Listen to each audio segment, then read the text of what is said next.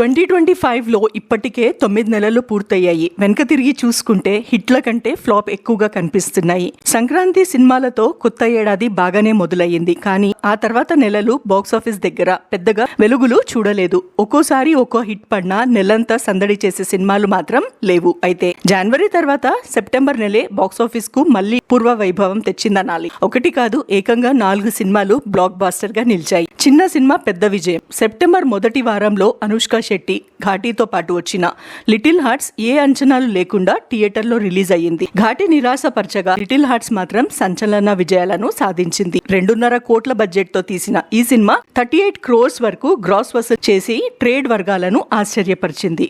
పెట్టుబడి లెక్కలు చూస్తే ఈ ఏడాది అత్యధిక లాభాలు తెచ్చిన సినిమాగా రికార్డ్ సృష్టించింది. ఓవర్సీస్ లో కూడా $1 మిలియన్ క్లబ్ లో చేరడం విశేషం. ఇక తేజసజ్జ వర్సెస్ బెల్లంకొండ. 2 వారాల్లో బెల్లంకొండ శ్రీనివాస్ కిష్కిందకాండ, తేజసజ్జ మిరాయ్ ఒకే రోజు విడుదలై పోటీ పడ్డాయి. ఆశ్చర్యంగా 2 సినిమాలు హిట్ అయ్యాయి. మిరాయ్ ప్రపంచవ్యాప్తంగా 150 crores కలెక్షన్ సాధించి ఓవర్సీస్ లో $3 మిలియన్ క్లబ్ లో చేరింది. ఇక వసూళ్లు కొనసాగుతున్నాయి. కిష్కిందపురి మాత్రం తక్కువ బడ్జెట్ తో రూపొందిన వారం రోజుల్లోనే బ్రేక్ ఈవెన్ సాధించింది. డిస్ట్రిబ్యూటర్లకు లాభాలు తెచ్చింది. ఫస్ట్ వీక్ లోనే 22 crores గ్రాస్ రాబట్టింది. మౌత్ టాక్ తో బ్లాక్ బాస్టర్ లిస్ట్ లో చేరిపోయింది. ఈ సినిమా బెల్లంకొండ కెరియర్ కు మళ్లీ ఊపిరి పోసిందనే చెప్పాలి. ఇకపోతే విఫలమైన మూడో వారంలో మంచు లక్ష్మి, దక్ష, బ్యూటీ ఇలాంటి సినిమాలు మీరెప్పుడు చూసిండరు. అదృష్టాన్ని పరీక్షించుకున్నాయి. కానీ బాక్సాఫీస్ దగ్గర కిక్ రాలేదు. Vijay Anthony dubbing cinema Bhadrakali కూడా తమిళ్లో హిట్ అయినా తెలుగులో ప్రభావం చూపలేకపోయింది. నెలాఖరులో ఓజీ ఎంట్రీతో ఇవన్నీ మరుగున పడ్డాయి. ఓజీ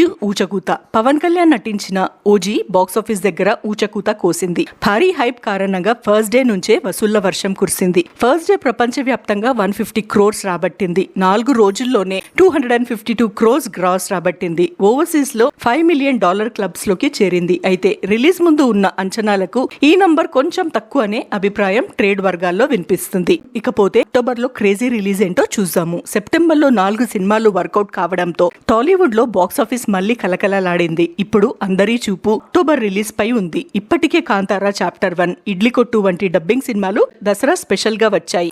మాస్ జాతర, కే-ర్యాంప్, శశివర్ధనే లాంటి మీడియం రేంజ్ సినిమాలు కూడా రెడీగా ఉన్నాయి. వాటిలో కనీసం 4 హిట్లయితే తెలుగు ఇండస్ట్రీకి మళ్లీ మంచి రోజులు వస్తాయనే చెప్పాలి.